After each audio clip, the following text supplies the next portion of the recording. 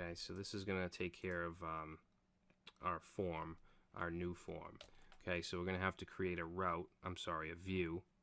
So let's go into views and then posts, and we're going to create a new file, and we're going to save it as new.html.erb. Alright, and let's put a heading. We'll say add post,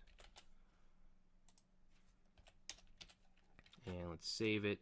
And now we should be able to go to slash posts/new, and there it is, add post.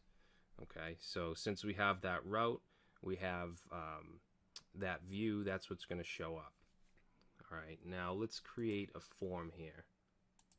Now I'm going to paste this in. This uses Ruby syntax, alright, and it uses a form helper. So we have this form for helper, and this is for a post, and then we'll say do, and then this F can be used down here to create our labels, f.label, and our fields. Okay, so we're going to have a title, which is going to be a text field, and we'll also have a text, which will be text area.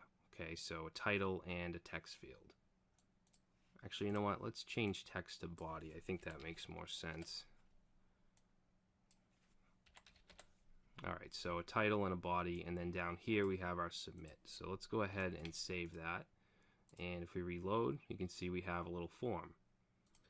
Now I'm just going to edit this form for area a little bit. I want to, after post, put a comma, and then we're going to say URL, and we want this to go to posts_path. Alright, now what this is going to do is it's going to submit to our create method.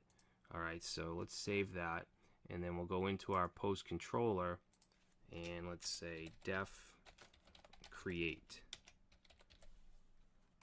Alright, and for now, let's just do render plain, and let's say params post.inspect. Alright, so let's see what happens if we submit this form. Okay, I'll reload,